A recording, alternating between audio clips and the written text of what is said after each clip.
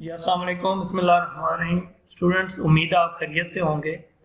जी आज के हमारे लेक्चर का जो टॉपिक है वो है identification of maxima minima through first and second derivative test और हायर ऑर्डर डेरिवेटिव टेस्ट। ठीक है, इस टॉपिक की तरफ जाने से पहले हम ये देखते हैं कि हमने अपने लास्ट लेक्चर में क्या चीज़ें पढ़ी थी, उनका हम ज़रा जायज़ा लेते हैं। जी हमारे जो पिछला लेक्चर था वो हमारे पास डेरिवेटिव के जनरल डेरिवेटिव के क्वेश्चन से रिलेटेड था। उसके अंदर हमने ये देखा था कि जब फर्स्ट डेरिवेटिव हम लेते हैं उससे हमें ये पता चलता है कि फंक्शन हमारा इंक्रीजिंग की तरफ है या डिक्रीजिंग बिहेवियर रख रहा है। ठीक है, अगर हमारा फर्स्ट डेरिवेटिव पॉजिटिव आ रहा है तो हम कहते थे इसमें एक इंक्रीजिंग जो है वो बिहेवियर है फंक्शन में, और अगर नेगेटिव आता था तो हम कहते थे डिक्रीजिंग इसमें बिहेवियर है। तो ये चीज़ हमने पिछले लेक्चर में बड़ी डिटेल से पढ़ी थी। उसके बाद हमने पढ़ा था सेकंड डेरिवेटिव टेस्ट, पढ़ा था कनकेविटी को स्टडी करने के लिए। ठीक है, और कनकेविटी हमने क्या पढ़ी थी कि जहाँ पे आपकी जो कर्व है वो कर्वेचर अपना चेंज करती है, कनकेव अप से कनकेव डाउन होती है या कनकेव डाउन से कनकेव अप होती है। ठीक, तो हमने सेकंड डेरिवेटिव लिया। अब सेकंड डेरिवेटिव के ऊपर हमने उसको जो है वो ज़ीरो लेते थे और उसके बाद हम उसका पॉइंट ऑफ कनकेविटी वो फाइंड कर लेते थे। और फिर उसके बाद जहाँ पे फिर आप पॉइंट ऑफ इन्फ्लेक्शन हमने फाइंड किया डेरिवेटिव, सेकंड डेरिवेटिव को ज़ीरो रख के, और उससे पहले हमने सेकंड डेरिवेटिव जहाँ पे ग्रेटर देन ज़ीरो होता था हम कहते थे कनकेव अप है, और जहाँ पे लेस देन ज़ीरो होता था हम उसे कनकेव डाउन कहते थे। तो ये सारे का सारा हमारा पिछले लेक्चर का सम अप था। अगर मज़ीद आप इसको देखना चाहें तो वो लेक्चर भी आप सुन सकते हैं, और उससे नीचे कुछ पेजेस भी मेंशन है, वो आप पढ़ सकते हैं बुक में जाके। तो आज का जो लेक्चर मैंने टाइटल अभी दोहरा देता हूँ, identification of maxima minima through first and second derivative test और फिर हायर डेरिवेटिव टेस्ट, कि मैक्सिमा मिनिमा को कैसे आइडेंटिफाई किया जाए डेरिवेशन की मदद से, डेरिवेटिव की मदद से। तो उसके लिए हमने जो इसमें चीज़ें पढ़नी है वो क्या होंगी, एक तो हमने रिलेटिव मिनिमा और रिलेटिव मैक्सिमा का कॉन्सेप्ट देखना है कि वो क्या है। उसके बाद एक टर्म है एब्सोल्यूट मिनिमा और एब्सोल्यूट मैक्सिमा, ये एक टर्म हमने देखनी है। फिर हमने फर्स्ट डेरिवेटिव और सेकंड डेरिवेटिव टेस्ट करना है मिनिमा और मैक्सिमा फाइंड करने के लिए, और अगर हमारा सेकंड डेरिवेटिव टेस्ट फेल हो जाता है तो फिर हम हायर ऑर्डर डेरिवेटिव टेस्ट की तरफ जाते हैं। ठीक, अब हम देखते हैं वन बाय वन के इसके अंदर वो क्या चीज़ें बताना चाह रहे हैं। अब यहाँ पे देखें, सबसे पहले आइडेंटिफिकेशन ऑफ मैक्सिमा की अगर हम बात करें तो इससे मुराद ये है कि वो पॉइंट जहाँ पे फंक्शन जो है वो या तो बिल्कुल वो कम वैल्यू देता है या हायर पॉइंट देता है। ठीक, तो उसके लिए ये जस्ट एक मैंने दो फिगर्स डाली हैं आपको समझाने के लिए कि ये कैरेक्टर है जो हाई पॉइंट बताने के लिए एक हाई पॉइंट की तरफ देख रहा है, और ये लो पॉइंट बताने के लिए मिनिमम पॉइंट की तरफ देख रहा है। ये जस्ट आपको एक कॉन्सेप्ट देने के लिए। ठीक है, उसके बाद आगे आपके पास एक चीज़ आती है लोकल मैक्सिमा और लोकल मिनिमा। ठीक है, और एक होता है एब्सोल्यूट मैक्सिमा, एब्सोल्यूट मिनिमा।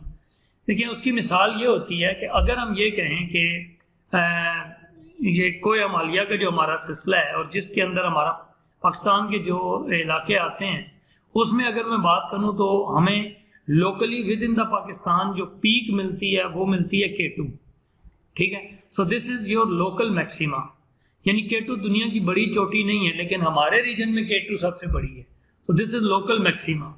ठीक है, लेकिन अगर आप एब्सोल्यूट मैक्सिमा की बात करेंगे तो फिर ऑल ओवर द वर्ल्ड अगर आप मेजरमेंट लेंगे तो फिर आपको वो सबसे मैक्सिमम पॉइंट जो है वो माउंट एवरेस्ट मिलेगा। तो लोकल और एब्सोल्यूट में ये फ़र्क होता है कि लोकल मुकामी सतह पे जितनी रीजन में हम देख रहे हैं हम उसकी बात करते हैं, और दूसरा जो होता है एब्सोल्यूट वो ग्लोबली हम देखते हैं कि पूरी हमारी रेंज ऑफ वैल्यूज़ में सबसे पीक का पॉइंट क्या है। तो ये हो गए लोकल मैक्सिमम और ये लोकल मिनिमम, और अगर ये कोई एक पीक का पॉइंट होता है और आगे हम उसको कहते हैं कि इससे बड़ा कोई पॉइंट नहीं है तो वो लोकल मैक्सिमा हो जाता। ठीक, उसके बाद एक पॉइंट आता है सैडल पॉइंट आता है। अगर सैडल पॉइंट को देखें तो ये होता है कि इसके ऊपर सैडल पॉइंट से पहले अगर हम इस मैक्सिमम पॉइंट को देखें तो मैक्सिमम पॉइंट एक लम्हे के लिए कर्व जो फौरन से नीचे आ जाती है, जबकि सैडल पॉइंट क्या होता है कि वो कर्व वहाँ पे जो है वो एक पॉइंट बनता है और उसके बाद कुछ देर तक वो पैरेलल टू एक्स एक्सिस वो लाइन रहती है जो मेन आपकी कर्व की लाइन है। तो दिस इज सैडल पॉइंट। तो यहाँ पे कह रहा है in a smoothly changing function maximum और minimum is always where the function flats out except the saddle point. ठीक है कि जहाँ पे फंक्शन जो है वो एक वक्त के लिए फ्लैट आउट होता है, यानी parallel to x axis line बनती है, लेकिन एक लम्हे के लिए बनती है। ठीक, तो उसके बाद जो है वो वहाँ पे आपको एक जो है वो मैक्सिमम या मिनिमम पॉइंट मिलता है। अब सेटल पॉइंट की एक और भी बात है कि जब वो इसका अगर तो ये कोई लोकल मिनिमम होता तो इस पॉइंट के बाद इसको ऊपर जाना चाहिए था कि ये यूं ऊपर मूव करता, लेकिन ये नीचे आने के बाद एक लम्हे के लिए ये parallel to x axis line हुई, वो फिर नीचे डाउनवर्ड आ गई। So this is the saddle point, यानी इसने यू शेप नहीं बनाई या एन शेप नहीं बनाई। तो ये कॉन्सेप्ट है। उसमें वो कह रहा है कि where does it fallen out where the slope is zero, इसका ये मतलब है। ठीक है, where is the slope zero the derivative tell us, यानी जहाँ पे स्लोप जीरो है वो हमें डेरिवेटिव बताता है कि कहाँ पे स्लोप जीरो है। ठीक, अब यहाँ मिसाल उसने दी है कि अगर आप एक बॉल को थ्रो करते हैं एयर में तो उसकी हाइट का जो फंक्शन है वो ये है 3 + 14t - 5t²। तो अगर वो कह रहा है कि उसकी मैक्सिमम हाइट क्या होगी, जाहिर सी बात है जब तक वो बॉल फिजा में जा रही है वो स्लोप उसका जो है वो चेंज हो रहा है पॉइंट टू पॉइंट जहाँ पे भी, लेकिन एक लम्हा आएगा वो सेकंड का कोई नैनो सेकंड आप कह रहे हैं कि वो एक लम्हे के लिए फिजा में बॉल रुकेगी और उसके बाद वो नीचे ज़मीन की तरफ सफ़र करना शुरू कर देगी। तो जहाँ पे वो बॉल एक लम्हे के लिए रुकेगी that point will be the slope, और वहाँ पे वो स्लोप उसका ज़ीरो होगा। ठीक है जी, तो ये कॉन्सेप्ट है इसमें। तो यहाँ पे हम देख सकते हैं हमने अगर इसका स्लोप फंक्शन निकाला और उसको उस स्लोप के ऊपर हमने कहा कि वो वैल्यू टाइम क्या होगा, that would be for 1.4 seconds के 1.4 सेकेंड्स के ऊपर, यानी बॉल जब फेंकी गई है उसके बाद 1.4 सेकेंड पे जाके जब टाइम 1.4 सेकेंड हो गए तो उस वक्त बॉल वहाँ पे फिजा में रुकी और उसके बाद डाउन हुई है, इसका ये मतलब हो गया। ठीक है जी, उसके बाद हम ये कहते हैं कि अच्छा इतने टाइम पे बॉल कितनी ऊंचाई पे थी, तो वो वाला टाइम जहाँ पे स्लोप जीरो हुआ है उसे हमने इस फंक्शन में पुट कर दिया, तो ये हमारे पास उसका वो पॉइंट आ गया जहाँ पे स्लोप इसका जीरो था और मैक्सिमम हाइट इसने अटेन की उस सिचुएशन के अंदर। तो maximum height is 12.8 metre at the time 1.4 seconds. तो ये इसका कॉन्सेप्ट है। उसके बाद वो कह रहे हैं how do we know it is maximum और मिनिमम। तो इसमें क्या होता है कि हम कैसे जानेंगे कि ये पॉइंट मैक्सिमम है या मिनिमम है। सवाल से कह रहा है we saw it on the graph but otherwise derivative come to the rescue. Again derivative आपको बताएगा। Take the derivative of the function यानी slope, the second derivative of the original function, यानी पहले आप डेरिवेटिव जो लिया हुआ है ना स्लोप उसका दोबारा डेरिवेटिव लें और फिर देखें कि उसके ऊपर आपने जब वैल्यू जो फर्स्ट डेरिवेटिव पे टाइम की फाइंड की थी वो उसमें पुट करने से अगर हमारे पास आंसर लेस देन जीरो आ जाता है, नेगेटिव आता है, तो हम कहेंगे ये मैक्सिमम पॉइंट है। और अगर वो यानी रिलेटिव मैक्सिमा है और अगर वो ग्रेटर देन जीरो का आंसर आता है सेकंड डेरिवेटिव का तो वो रिलेटिव मिनिमा है। ठीक है जी, तो ये यहाँ पे आपको सारा कॉन्सेप्ट ये आप पढ़ेंगे क्लियर हो जाएगा। ओके, फिर हम आते हैं जी सेकंड डेरिवेटिव टेस्ट। ये जो सारा कुछ आपको बताया अभी जो मैं बता रहा था कि जब सेकंड डेरिवेटिव की वैल्यू लेस देन जीरो तो मैक्सिमम होगा, ग्रेटर देन जीरो होगा तो वो मिनिमा की तरफ जाएगा। ये कॉन्सेप्ट है इसका, इसको मैं फिर पढ़ देता हूँ। When function slope is zero at x the second derivative at x is क्या होगा, या लेस देन जीरो होगा तो local maxima, greater than zero होगा तो लोकल मिनिमा, और अगर इक्वल टू जीरो है तो इसका मतलब ये है कि टेस्ट हमें ये नहीं बता पा रहा है ये मैक्सिमा है या मिनिमा है। तो इसका मतलब वहाँ पे वो उसका वो पॉइंट जो है वो अगर उस पर कोई पॉइंट निकालेंगे तो वो पॉइंट ऑफ इन्फ्लेक्शन या कर्वेचर पॉइंट आ जाएगा। अब फर्दर डिटेल्स जो है वो आप बुक के पेज नंबर 745 से 760 तक पढ़ें तो आपको इसमें डिटेल्स मिल जाएंगी। ओके, अब हम आते हैं अपनी एक्सरसाइज की तरफ। ये आपके पेज 760 पे 16.2 एग्जाम्पल एक्सरसाइज है। इसके ऊपर वो कह रहा है for each of the following functions determine, पहले तो क्या डिटरमाइन करें, the location of all critical points, तमाम क्रिटिकल पॉइंट्स फाइंड करें और फिर उसके बाद उनकी नेचर फाइंड करें। यानी क्या करना होगा, क्रिटिकल पॉइंट फाइंड करने के लिए क्या करना पड़ेगा, हम गिवन फंक्शन का डेरिवेटिव लेंगे, उसे इक्वल टू जीरो करेंगे, वहाँ से फंक्शन की इंडिपेंडेंट वेरिएबल की वैल्यू लेंगे। अब फिर हम क्या करेंगे, वो वैल्यू तो एक आ जाएगी, अब हमें ये नहीं पता होगा कि वो value maximum output of function देगी या मिनिमम आउटपुट ऑफ फंक्शन देगी। तो उसके लिए हमें क्या करना पड़ेगा, हमें उसकी नेचर जानने के लिए एक सेकंड डेरिवेटिव लेना पड़ेगा। सेकंड डेरिवेटिव लेने के बाद उसमें जब अगर वेरिएबल इन्वॉल्व हुआ तो हम उसमें वैल्यू पुट करेंगे, और अगर ना भी इन्वॉल्व हुआ तो पुट करने से वो कांस्टेंट ही आंसर आएगा। तो जो आंसर आएगा वो देखेंगे, अगर वो आंसर 0 से बड़ा हुआ तो हम कहेंगे ये फंक्शन रिलेटिव मिनिमा है, और अगर लेस देन 0 हुआ तो हम कहेंगे ये फंक्शन रिलेटिव मैक्सिमा है। तो जब उसकी नेचर पता चल जाएगी तो हम उसकी मैक्सिमम या मिनिमम वैल्यू उस इनपुट से जो भी फर्स्ट डेरिवेटिव को इक्वल टू 0 रख के आया था आंसर, उसे इसमें पुट करेंगे तो हमें आंसर वैल्यू मिल जाएगी। मिसाल के तौर पे जैसे अभी क्वेश्चन है 3x² - 48x + 10। अब हमने क्या किया, सबसे पहले सवाल क्या था कि इसकी लोकेशन फाइंड करें क्रिटिकल पॉइंट की। तो लोकेशन कैसे फाइंड होगी, इसका हम फर्स्ट डेरिवेटिव लेंगे, और फर्स्ट डेरिवेटिव आ गया 6x - 48। जब हम इसको डेरिवेटिव को इक्वल टू 0 रख के सॉल्व करेंगे तो हमारे पास x की वैल्यू जो राइट साइड पे वेरिएबल इन्वॉल्व है उसका आंसर 8 आ गया।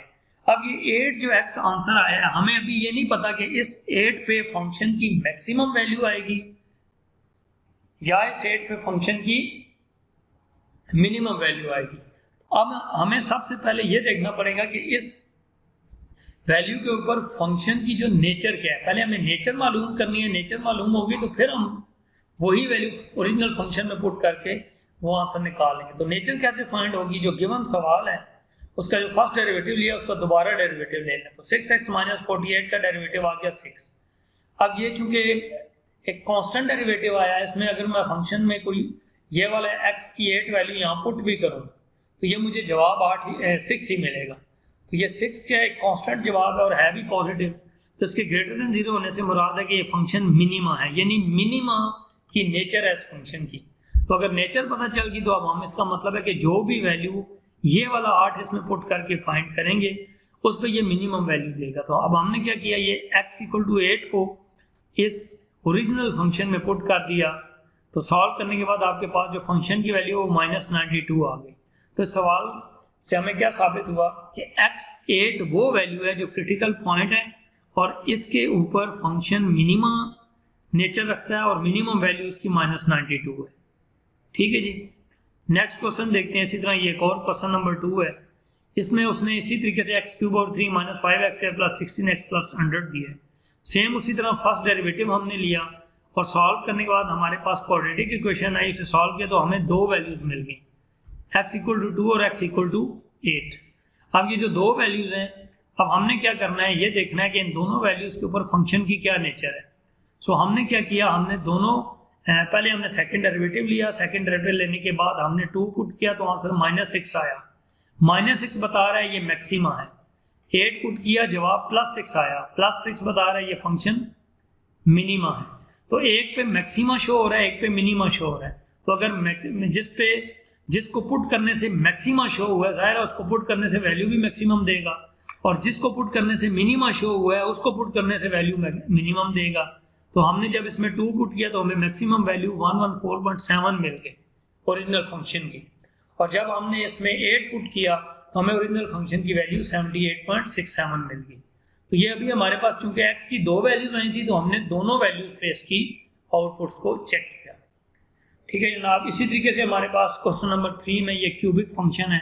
फर्स्ट डेरिवेटिव लिया, =0 किया, तो 0 करने से x का आंसर 0 आ गया। अब ये 0 जब हमने इस फंक्शन इसका सेकंड डेरिवेटिव लिया, सेकंड डेरिवेटिव आ गया -60x। अब जब ये 0 इसमें पुट किया तो ये तो सेकंड डेरिवेटिव ना 0 से छोटा आया है ना 0 से बड़ा आया है, ये तो 0 ही आ गया। इसका मतलब है ना यहाँ पे मैक्सिमा है ना यहाँ पे मिनिमा है।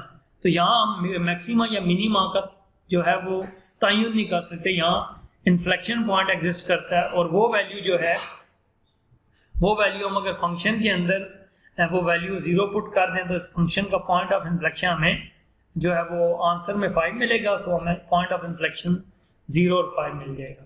सो इस क्वेश्चन के अंदर चूंकि सेकंड डेरिवेटिव का आंसर 0 आ गया था तो ये ना मैक्सिमा है और ना मिनिमा है, तो इसकी नेचर इनमें नहीं है कि ये मैक्सिमा मिनिमा हो।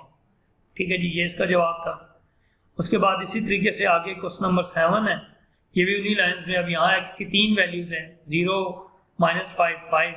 इसी तरह ये वैल्यूज जब हमने इनमें पुट की तो 0 के ऊपर ये मैक्सिमा है और उसके बाद -5 और 5 के ऊपर ये दोनों पे मिनिमा है। तो हमने फिर ये वैल्यूज इनमें पुट की तो हमारे पास मैक्सिमा 0 मिल गया और मिनिमम ये दोनों वैल्यूज -469 और -469 ये वैल्यूज मिल गई।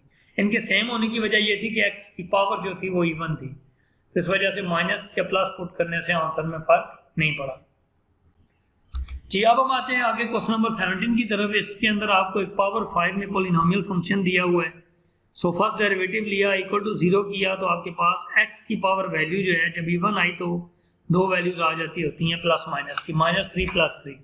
इन्हीं दो वैल्यूज को जब हमने पुट किया तो एक पे आंसर माइनस आया तो फंक्शन मैक्सिमा साबित हुआ, एक पे प्लस आया तो फंक्शन जो है वो मिनिमा साबित हुआ। और उसी तरह ये वैल्यूज जब हमने पुट की हमारे पास फंक्शन की मैक्सिमम वैल्यू 777.6 और मिनिमम वैल्यू -777.6 आ गई।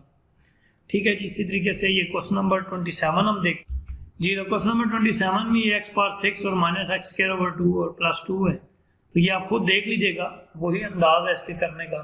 फर्स्ट डेरिवेटिव लिया, इक्वल टू 0 किया, सॉल्व करने के बाद x के 3 आंसर आए, 0, -1 और 1। जैसे अभी सवाल में, पिछले एक सवाल में 0, -5 और 5 आए थे, तो ये सवाल उससे बिल्कुल मिलता जुलता है, ये उम्मीद है आप खुद कर लेंगे।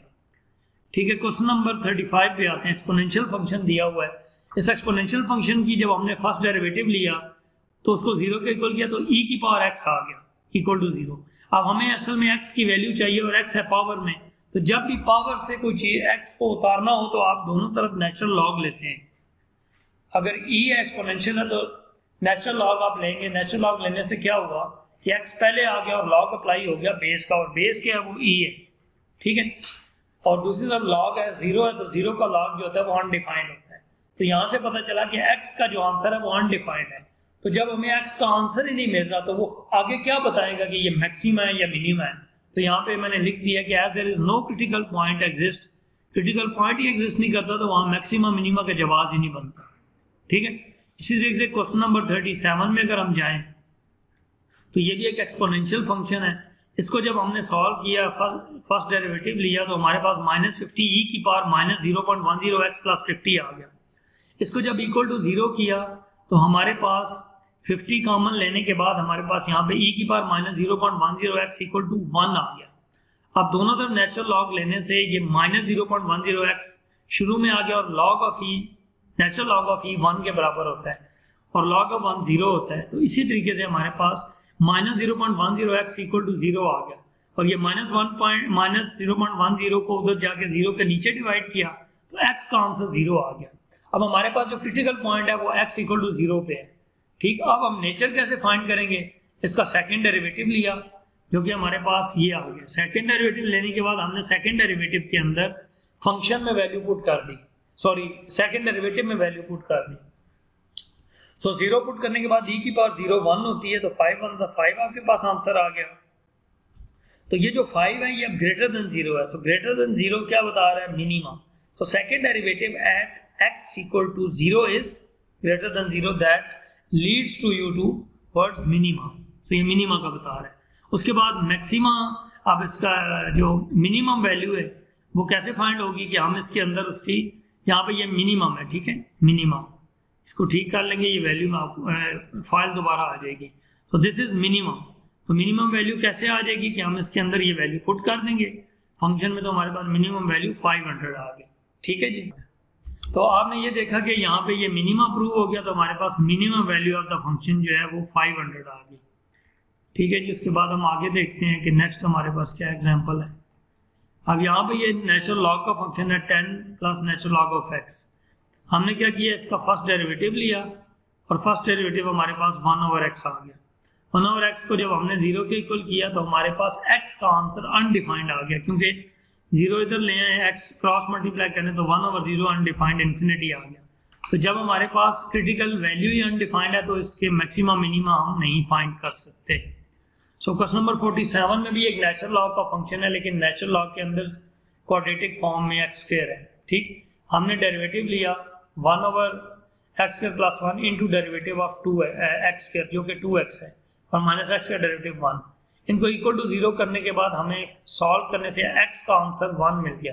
सो क्रिटिकल वैल्यू इस पॉइंट पे हमें x = 1 पे हमें क्रिटिकल पॉइंट मिला। अब हमने क्या करना है, इसकी नेचर फाइंड करनी है, तो हमने इसका सेकंड डेरिवेटिव लेना है। सेकंड डेरिवेटिव लेने के बाद हमने उस सेकंड डेरिवेटिव के अंदर ये वाली x की वैल्यू 1 पुट कर दी। 1 पुट करने से क्या हुआ कि इस फंक्शन का आंसर 0 आ गया। जब 0 आ गया तो इसका मतलब यहाँ मैक्सिमा मिनिमा नहीं आ सकता, कोई पॉइंट ऑफ इन्फ्लेक्शन है। तो पॉइंट ऑफ इन्फ्लेक्शन कैसे मिलेगा, वही x = 1 ओरिजिनल फंक्शन में पुट कर दें तो हमें वैल्यू मिलेगी -0.3069 जी। तो यहाँ पे वैल्यू मिली -0.3069 और इसका मतलब पॉइंट ऑफ इन्फ्लेक्शन जो है वो क्या बना, x = 1 के अगेंस्ट हमें ये मिली है तो 1 और आगे आउटपुट -0.3069। तो ये आपका क्वेश्चन कंप्लीट हुआ। फिर हम 48 क्वेश्चन पे आते हैं। यहाँ पे उसने natural log of x - x⁴/4 है। इसको जब सॉल्व किया तो x का आंसर -1 और 1 आ गया। पैटर्न तमाम सवालों का एक जैसा है।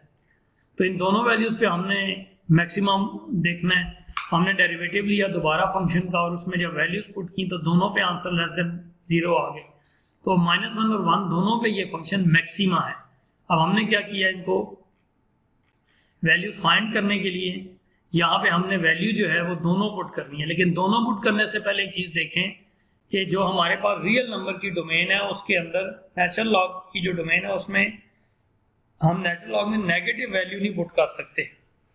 पॉइंट तो ये कोई होगा बट नेगेटिव वैल्यू नहीं पुट हो सकती। तो इसका मतलब है कि रियल फॉर्म में वो कोई भी वो पॉइंट एक्सप्लेन नहीं हो सकता। हाँ, जो पॉजिटिव वैल्यू है जब हम पुट करेंगे तो हमें उसकी जो मैक्सिमम वैल्यू मिलेगी वो -0.25 मिलेगी। तो ये आपके पास इस तरह के क्वेश्चंस थे, ठीक है, इस एक्सरसाइज में। अब आपने क्या करना है, इसके बाकी जो चीज़ें हैं वो रिलेटेड जो क्वेश्चंस हैं वो आप सॉल्व कर सकते हैं बुक में से। तो इंशाल्लाह ताला नेक्स्ट लेक्चर में हम मैक्सिमा और मिनिमा की एप्लीकेशन पढ़ेंगे और फिर उसके अंदर देखेंगे कि हम मैक्सिमा मिनिमा के कॉन्सेप्ट को यूज़ करते हुए ऑप्टिमम रेवेन्यू यानी मैक्सिमम रेवेन्यू, ऑप्टिमम कॉस्ट यानी मिनिमम कॉस्ट और ऑप्टिमम प्रॉफिट यानी मैक्सिमम प्रॉफिट कैसे आइडेंटिफाई कर सकते हैं कि कहाँ पे मैक्सिमम प्रॉफिट है, कहाँ पे मिनिमम कॉस्ट है और कितना मैक्सिमम रेवेन्यू है। तो इससे रिलेटेड क्वेश्चंस हम इंशाल्लाह नेक्स्ट लेक्चर में करेंगे। Thank you. अच्छे तरीके से सवाल कीजिएगा, खुद एक दफ़ा ये सवाल करें ताकि आपको ये चीज़ें असबर हो जाएं। ठीक है जी, थैंक यू सो मच। अल्लाह आपको कामयाब करे। अस्सलाम वालेकुम व रहमतुल्लाहि व बरकातहू।